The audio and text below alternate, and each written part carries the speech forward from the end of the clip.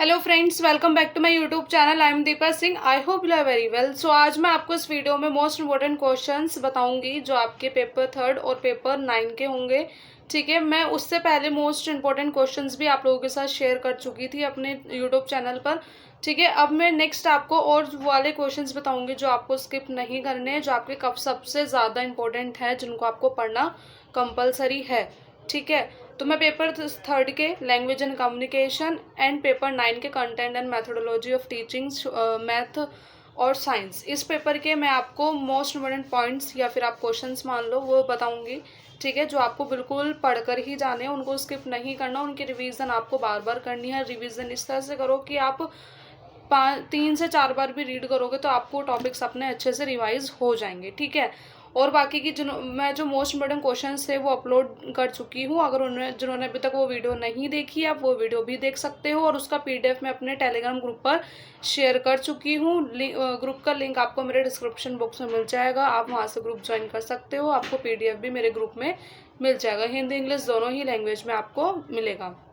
Okay, start करते हैं। आपका जो पेपर 3 है लैंग्वेज एंड कम्युनिकेशन, ये सबसे ज़्यादा इंपॉर्टेंट पेपर है आपका, और थोड़ा टफ भी रहता है। इसको इजी नहीं बोल सकते हैं, ना तो ये इजी है ना ही ज़्यादा हार्ड है, बट इसको मॉडरेट लेवल का आप बोल सकते हो। ठीक है, इसमें से क्वेश्चंस काफ़ी डीपली भी पूछे जाते हैं और काफ़ी पॉइंट टू पॉइंट चीज़ें भी आपकी आती है। ठीक है, तो आपके जो यूनिट 1 में से है पॉइंट आप अपने कॉपी वगैरह पे आप अपने सिलेबस पे टिक मार सकते हो। ठीक है, मैं आपको पॉइंट्स बता देती हूँ। इससे पहले मैंने काफ़ी जो मोस्ट इम्पोर्टेंट क्वेश्चंस थे जो अपलोड करी है वीडियोस में, मैंने आपको सही तरीके से एक्सप्लेन किया हुआ है, आप वो वीडियोस देख सकते हो। ठीक है, यूनिट 1 आपकी कम्युनिकेशन एंड लैंग्वेज, जिसमें से आपको 1.1 जिसमें से आपको कम्युनिकेशन के बारे में बताना है और उसके स्कोप और उसका मीनिंग। ठीक है, आपको ये अच्छे से करना है। फिर आपको 1.2 क्लासिफिकेशन बताना है कम्युनिकेशन का, लिंग्विस्टिक और नॉन लिंग्विस्टिक। अगर आप लिंग्विस्टिक और नॉन लिंग्विस्टिक भी नहीं लिखते हो तो आप वर्बल और नॉन वर्बल भी लिख सकते हो। देन आपका 1.3 लैंग्वेज एंड उसके कैरेक्टरिस्टिक्स और उसकी फंक्शन 1। ठीक है, आप अपने सिलेबस पे टिक कर सकते हो या पॉइंट को लिख सकते हो कि कौन कौन से मेन इंपॉर्टेंट पॉइंट्स है जो आपको अच्छे तरीके से रिवीजन अपने करने हैं। ठीक है, आज आपका काफ़ी टाइम भी नहीं बचा है, बट आप नाइट तक आप अपने अच्छे से रिवीजन कर लो। ठीक है, काफ़ी अच्छे से कर लोगे तो आपको उसी से ही आपका पेपर आएगा, सिलेबस से बाहर आपका नहीं आएगा। ठीक है, नेक्स्ट आपका आता है 1.4 phases of language development in typical children. ये भी आपको इसमें लैंग्वेज डेवलपमेंट बताने हैं। ठीक है, लैंग्वेज डेवलपमेंट आपने पता माइलस्टोन्स आपने पढ़े होंगे, जो आपने ऑडियोलॉजी में भी पढ़े हैं और अपने साइकोलॉजी पेपर में भी पढ़े हैं। ठीक है, नेक्स्ट आपको unit 2 modes and methods of linguistic communication, आपको इसमें बताना है 2.1 आपका मोस्ट इंपॉर्टेंट है, 2.2 देन आपका 2.3। ठीक है, और जो न्यू ट्रेंड्स इन ऑरलिज्म है, इसमें से आपका ऑडिटरी वर्बल अप्रोच पूछा जाता है, उसके प्रिंसिपल्स आपके पूछे जाएंगे और उसके स्टेज आपसे पूछे जाएंगे। नेक्स्ट आपका 2.5 में से आपका sign language and signing system में डिफरेंस बिटवीन आने के चांसेस हैं, आ भी सकता है और नहीं भी आ सकता है, इसको हम 100% नहीं बोल सकते, बट आपके 2.1, 2.2, 2.3 and 2.4 is the most important topics. आपको ये स्किप नहीं करने, आपको अच्छे तरीके से पढ़ना है। इजी भी है, आप इसको हिंदी में रीड कर लो 3 से 4 बार, आपको ये समझ में आ जाएगा। फिर आप उसको एक बार इंग्लिश में रिवाइज कर लो, जो इंग्लिश वाले बच्चे हैं, तो आप क्या करोगे, आप जब आपको चीज़ समझ में आ जाएगी तब अपनी लैंग्वेज में भी उसको बनाकर लिख सकते हो। नेक्स्ट है आपका यूनिट 3 असेसमेंट ऑफ लैंग्वेज, इसमें आपका 3.2, 3.3 एंड 3.4। ठीक है, ये काफ़ी मोस्ट इंपॉर्टेंट पॉइंट्स है, आपको ये अच्छे से करने ही करने हैं, इनको आपको स्किप नहीं करना है। आपका फॉर्मल और इनफॉर्मल असेसमेंट में आपका डिफरेंस बिटवीन आ सकता है। ठीक है, और आने के चांसेस भी इसके रहते हैं, काफ़ी प्रीवियस पेपर में ये वाला क्वेश्चन आपका पूछा गया है डिफरेंस बिटवीन का। ठीक है, नेक्स्ट आपका आता है, और बाकी जो इन पॉइंट्स के अलावा जो पॉइंट्स हैं उनको एक बार आप रिवीजन कर लेना, एक दो बार रीड कर लेना। ठीक है, बट इन वाले टॉपिक्स को आप अच्छे से प्रिपेयर कर लेना, इसमें से आपका काफ़ी एग्जाम आएगा। ठीक है, नेक्स्ट आपको unit 4 methods and techniques of language development in DHS student.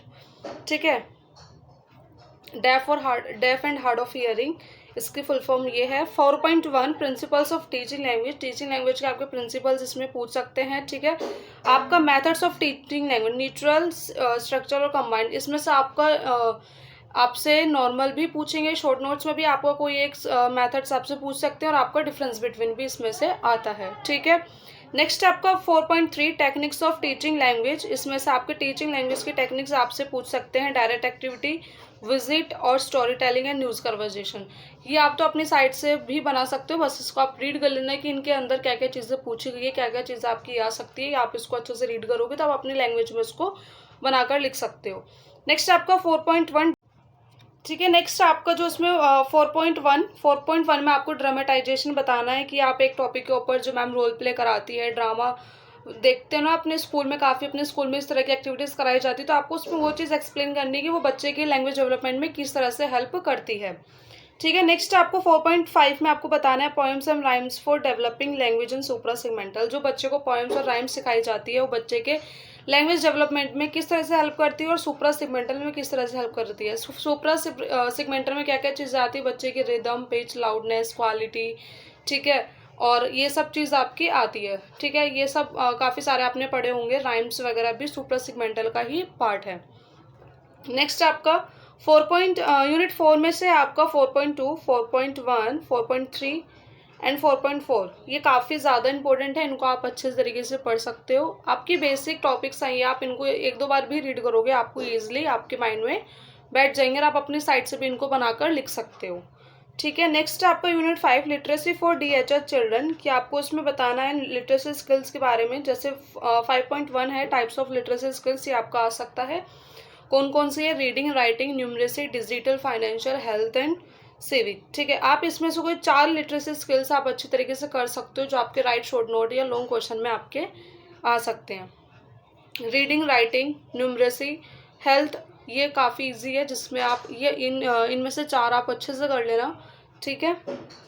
Next आपका इसमें से पूछ सकता है रीडिंग और राइटिंग स्टेजेस और उसके टाइप्स, देन उसके एक्टिविटीज़ फॉर डेवलपिंग, की रीडिंग राइटिंग को डेवलप कराने के लिए आप ऐसी कौन कौन सी एक्टिविटीज़ है जो आप करा सकते हो बच्चे की, उन एक्टिविटीज़ से बच्चे की रीडिंग और राइटिंग इन्हेंस हो सके, ठीक है। नेक्स्ट आपका 5.2 आपका इम्पोर्टेंट है, वो आप टिक कर लीजिए। ये काफ़ी इस पेपर में काफ़ी सारे पॉइंट्स थे जो आपके, ये काफ़ी सारे पॉइंट्स आपको मैंने बताए हैं जिनको आपको स्किप नहीं करना, अपने अच्छे से प्रिपरेशन करनी है। अभी भी आपके पास टाइम है, आप अभी भी अगर अच्छे से इन टॉपिक्स को पढ़ोगे तो आपको इजीली समझ में आ जाएंगे, ठीक है। ज़्यादा हार्ड भी नहीं है और ज़्यादा इजी भी नहीं है, मॉडरेट लेवल है। आपको इतना आप आज नून में, ठीक है, नेक्स्ट आप नाइट तक आप अपने ये टॉपिक्स कवर कर सकते हो इजीली तरीके से, ठीक है। और बाकी मैंने मोस्ट इम्पोर्टेंट क्वेश्चंस की वीडियोस आपको बनाई हुई है, ठीक है। आप उनका लिंक मैं अपने डिस्क्रिप्शन बॉक्स में मेंशन कर दूंगी, टेलीग्राम ग्रुप का लिंक मेंशन कर दूंगी। PDF के लिए आप ग्रुप ज्वाइन कर सकते हो, वहाँ पर आपको अपना PDF मिल जाएगा, ठीक है, विद आंसर मिलेगा, हिंदी इंग्लिश दोनों लैंग्वेज में, ठीक है। नेक्स्ट आपका पेपर आता है 9। पेपर 9 ये सेकेंड ईयर का है, ठीक है, जिस content and methodology of teaching science and mathematics, इसके भी मैंने मोस्ट इंपोर्टेंट क्वेश्चंस आपके शेयर किए हुए हैं, ठीक है। वो उन क्वेश्चंस को और इन पॉइंट्स को जो मैं बता रही हूँ कवर कर लोगे तो आप अच्छे से अपना पूरा पेपर अटेम्प्ट करके आ सकते हो। बट आपको ये अच्छे से पढ़ने हैं, सिर्फ मैं आपको पॉइंट्स बता सकती हूँ, पढ़ना उनको अच्छे से, आप किस तरह से उनको कवर कर रहे हो वो आपकी नॉलेज के ऊपर है, ठीक है। नेक्स्ट आपका unit 1 introduction to science and mathematics, आपको उसमें correlations of science and mathematics with other subject, ये आपको अच्छे से पढ़ना है। साइंस के एम्स एंड ऑब्जेक्टिव एंड मैथमेटिक्स के एम्स एंड ऑब्जेक्टिव, ठीक है। और ऐसी कौन सी फंडामेंटल अंडरस्टैंडिंग है बेसिक साइंस की जिसमें से जिनको आप अच्छे से बच्चों की समझ को बढ़ावा दे सकते हो, ठीक है।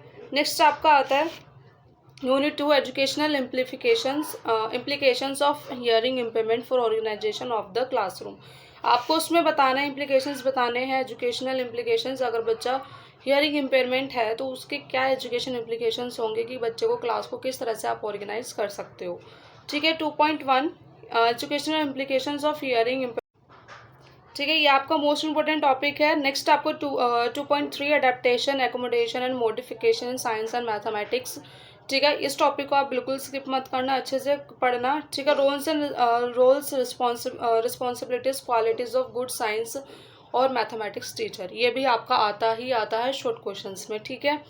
नेक्स्ट आपका unit 3 methods of teaching and skills of teaching science and mathematics, आपको उसमें मेथड्स ऑफ टीचिंग बताना है। आप इसमें से कोई 5 मेथड आप इजीली कोई से भी अच्छे से प्रिपेयर कर लेना, ठीक है। और सोर्स मेथड आपका हो गया, project method, problem solving method, play way method और field study method, discussion method, ठीक है। देन आपका डिस्कवरी मेथड, ये आपके सारे मेथड्स हैं। सोर्स मेथड आप इजीली अपना बनाकर लिख दोगे, प्रोजेक्ट मेथड भी इजी है, आप उसको एक बार पढ़ोगे तो आपको समझ में आ जाएगी क्या चीज़ इसमें पूछी हुई है। प्रॉब्लम सॉल्विंग मेथड भी आपका इजी है, प्लेवे मेथड आपका इजी और डिस्कशन मेथड, ठीक है। तो ये सारे मेथड्स हैं जो काफ़ी ज़्यादा आपके इफेक्टिव भी रहते हैं एक टीचिंग के अंदर। तो आप ये 4-5 अपने मेथड्स आप अच्छे से कवर कर लेना, ठीक है। नेक्स्ट आपका 3.2 मैक्सिम्स ऑफ टीचिंग, जिसमें से आपको सिंपल टू कॉम्प्लेक्स की, आप बच्चे को पहले सिंपल चीज़ें सिखाओ, फिर आप उसको कॉम्प्लेक्स चीज़ों पर लेकर जाओ। नेक्स्ट आपका होल टू पार्ट की, आप हर एक चीज़ को पढ़ाकर एक टॉपिक से लेके पूरा एक टॉपिक आप पढ़ाते हो और उस टॉपिक्स के सब पार्ट्स के बारे में भी एक्सप्लेन करना। Empirical to rational, concrete to abstract, known to unknown, particular to general, आपको ये सारी भी मैक्सिम्स ऑफ टीचिंग पढ़ने हैं, ठीक है। इसमें से भी आपके कितने 1 2 3 4 5 6 मैक्सिम्स ऑफ टीचिंग है, जिसमें से आपको 4 आप अपने अच्छे से कवर कर लेना, ठीक है। इससे ज़्यादा आपका नहीं पूछेंगे। नेक्स्ट आपका 3.3 इम्पॉर्टेंट है आपका, इसमें आपको ड्रामेटाइजेशन बतानी है, एक्सप्लेनेशन, स्टोरी टेलिंग और रोल प्ले।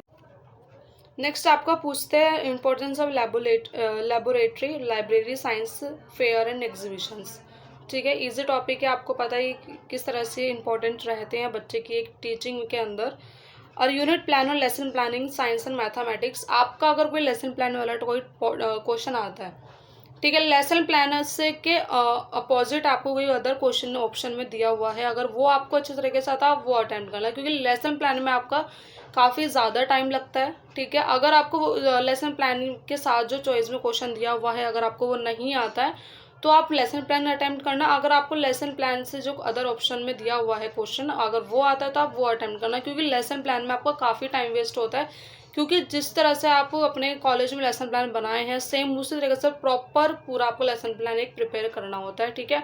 आपका कोई भी टॉपिक आ सकता है, मैथ्स का टॉपिक आ सकता है, साइंस का आपका टॉपिक आ सकता है, ठीक है। तो अगर लेसन प्लान से रिलेटेड कोई टॉपिक आता है फर्स्ट आपको पहले उसको इंट्रोडक्शन देना है कि लेसन प्लान होता क्या है, ठीक है। यूनिट लेसन प्लान अलग होता है और एक लेसन प्लान एक अलग होता है, ठीक है।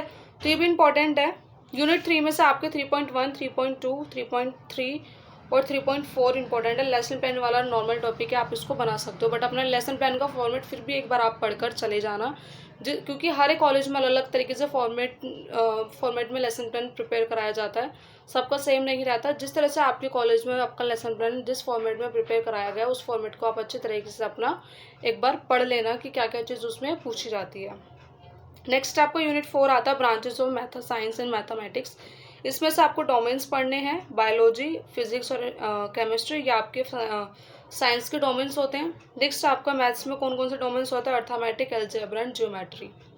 नेक्स्ट आपको इसमें बताना है नेक्स्ट आपको उसमें आता है implementation of science and mathematics in daily life, कि आपको अपनी साइंस और मैथमेटिक्स हमारी डेली लाइफ में किस तरह से यूज़फुल रहती है, आप किस तरह से इम्प्लीमेंट करते हो वो आपको इसमें एक्सप्लेन करना है। नेक्स्ट आपकी आती है unit 5 evaluation in science and mathematics. 5.1 में से आपके significance of evaluation and objectives आपके आएंगे, ठीक है। शॉर्ट नोट में आपके ऑब्जेक्टिव्स इवैल्यूएशन आ सकते हैं। नेक्स्ट आपकी टेक्निक्स ऑफ इवैल्यूएशन कि ऐसे कौन कौन सी टेक्निक्स है जिससे आप बच्चे का इवैल्यूएशन आप कर सकते हो, ठीक है। नेक्स्ट आपका आता है फॉर्मेटिव, समेटिव एंड सीसीई। इसमें से आपको फॉर्मेटिव एंड समेटिव में डिफरेंस बिटवीन ज़रूर आता है, और सीसीई भी आपका आता है जो आपको शॉर्ट नोट में पूछ सकता है या फिर आपको 1 मार्क्स में भी आ सकता है, ठीक है। नेक्स्ट आपका आता है 5.5 डिज़ाइनिंग टीचर मेड टेस्ट, जिसको हम टीएमटी बोलते हैं, कि टीचर मेड टेस्ट आप एक साइंस और मैथमेटिक्स के अंदर किस तरह से डिज़ाइन कर सकते हो वो आपको इसमें एक्सप्लेन करना है, ठीक है। तो ये थे आपके मोस्ट इंपॉर्टेंट पॉइंट जो आपको मैंने यूनिट 1 से लेकर यूनिट 5 तक के बताए, पेपर 3 और पेपर 9 के। आपके काफ़ी इंपॉर्टेंट पॉइंट्स हैं, इनको आप स्किप मत करना, आपको सिर्फ रिवीजन करनी है। रिवीजन आप इस तरह से करो कि 3 से 4 बार आप अगर आप रीडिंग कर रहे हो उन टॉपिक्स की तो आपके वो माइंड में बैठ जाए, ठीक है। आपके पास अभी शाम इवनिंग का और आपकी नाइट का टाइम है, आपको ये अपने अच्छे से पॉइंट कवर करने हैं। और प्लीज़ मेरी वीडियो पसंद आए तो अपने दोस्तों तक ज़रूर शेयर करें ताकि उनकी भी हेल्प हो सके, और प्लीज़ लाइक ज़रूर करें।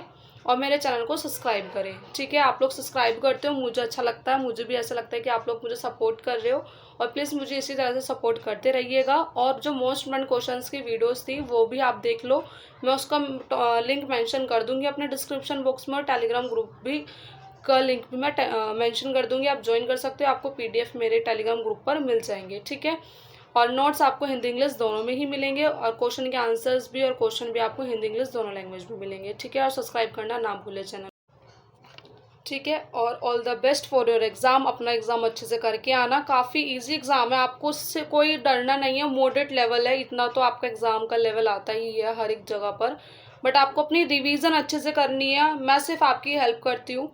ठीक है, और हेल्प कर सकती हूँ, आगे भी करती रहूँगी, कि जिससे आपके जो मोस्ट इम्पोर्टेंट टॉपिक्स है वो मैं आपको बताती हूँ। ठीक है, आपको उनको अच्छे से प्रिपेयर करना है। कोई भी ऐसा क्वेश्चन नहीं है जिसमें आपको कोई भी पॉइंट स्किप हो, पूरे यूनिट 1 से लेकर यूनिट 5 तक के सारे पॉइंट्स में उन क्वेश्चन में आपके कवर करती हूँ, कि जिससे आपको अदर कोई चीज़ पढ़ने की ज़रूरत ना हो। उन चीज़ को आप किस तरह से पढ़ रहे हो, किस तरह से आपकी अंडरस्टैंडिंग है उन क्वेश्चंस को लेकर, किस तरह से आप क्वेश्चंस के आंसर को समझ रहे हो, वो आपके ऊपर डिपेंड है। और किस तरह से आप एग्ज़ाम में जाके अपने आंसर्स को अटेम्प्ट कर रहे हो, वो भी आपके ऊपर डिपेंड करता है। मैं सिर्फ आपकी हेल्प कर सकती हूँ, और प्लीज़ और मुझे सपोर्ट करते रहिएगा, चैनल को सब्सक्राइब ज़रूर करें, मुझे अच्छा लगता है। और जल्दी से प्लीज़ मेरे 1K करा दो। Thank you.